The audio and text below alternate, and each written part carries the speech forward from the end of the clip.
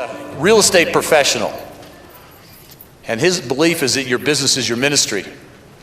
And he's going to talk to you about the kingdom and what it means in his world, and I'm sure that he's going to bring the same kind of passion that we've had from the other speakers today.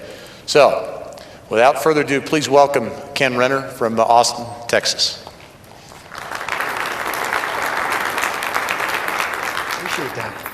Thank you, Dan. I think I got it. Thank you. Well, I came overloaded here. Thank you very much. The beautiful city of Arvada. I was corrected. I kept saying Arvada, and so I guess it's Arvada.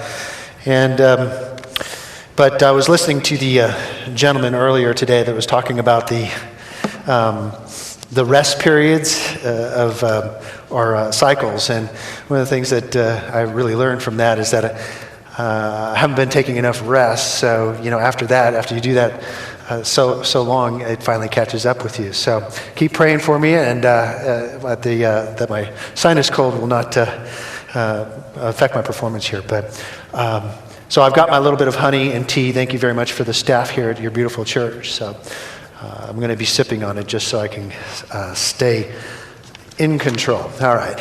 I'd like to thank Bruce Cook and his staff of volunteers and this church for allowing us to come up from Austin, Texas. This is my third Keys, and just usually I'm behind a guitar because I'm a worship leader.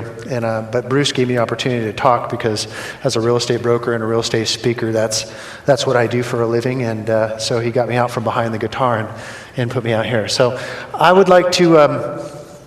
I'd also like to say I'm very humbled and thankful for the fact that I'm with this stellar lineup of speakers, and it was just amazing. It's kind of a dream come true to be sharing the podium with such a stellar lineup of speakers. And my brother-in-law, Ray, we went to Rick Joyner's church a couple of years ago, Morning Star, and that's when I first saw Lance Wallnau speak. He'll be speaking here tonight.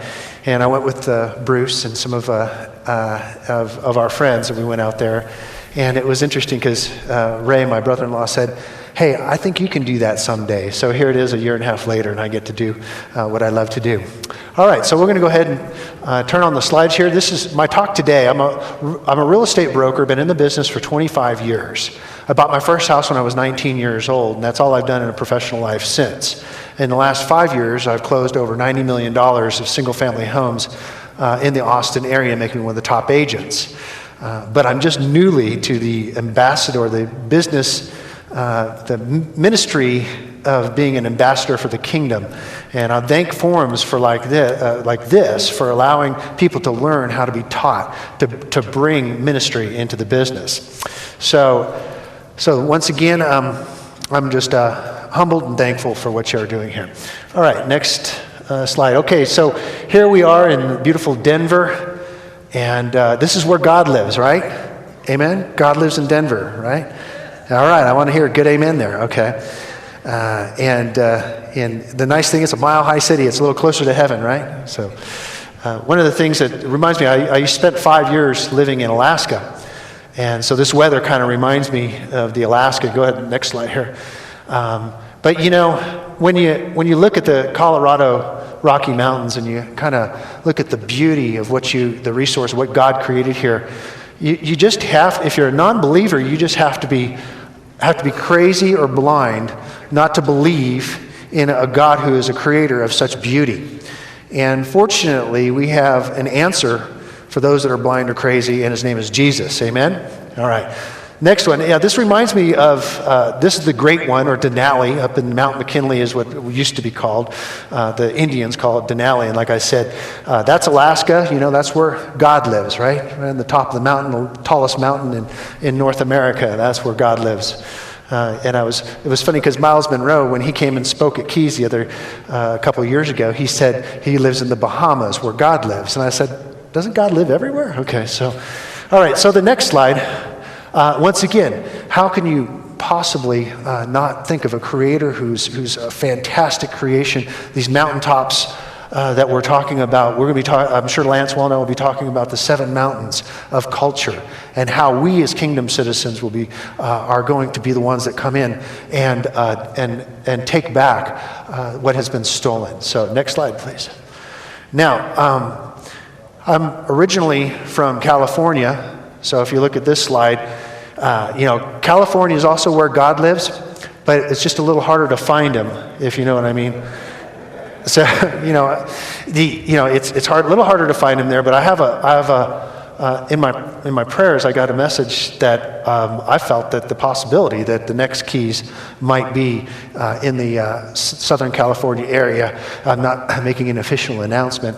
Next slide, please. And so I give it a fair shake. The downtown LA area is a beautiful area when the storms come through and the snow falls. Next slide. Now this is where I live now. This is Austin, Texas, beautiful city where Bruce is from, and we're just so glad to be out here to get keys into a new venue. The last 2 years have been phenomenal, but this also right here is where God lives. Next slide.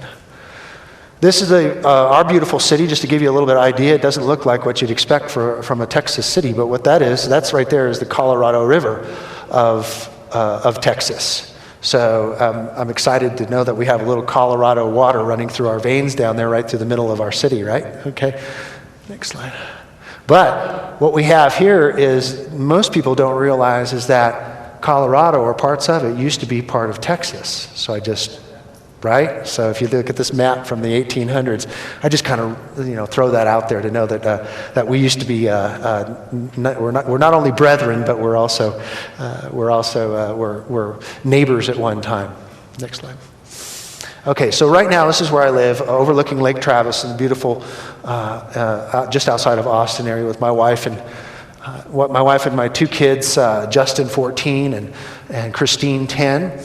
And what's really neat is that we found out that we'll be blessed being fruitful again by having another baby here in March. Okay, so it's been 10 years since the last one, and being at 46, it shows that God has a sense of humor. So he knew I'd be teaching a little bit on being fruitful and multiplying, and I looked up the word fruitful, and one of the definitions is breeding. So it was nice. But yes, we are making our contribution to our little kingdom citizens that we're raising up, and believe me, they do feel like they're royalty, and that's good, because you know what? They are sons and daughters of the Most High King. And my wife refers to herself as a queen, and that's okay. I'll treat her like a queen because she knows her identity. And if we all knew our identity as kings and queens in the kingdom, I think we'd all be better off. So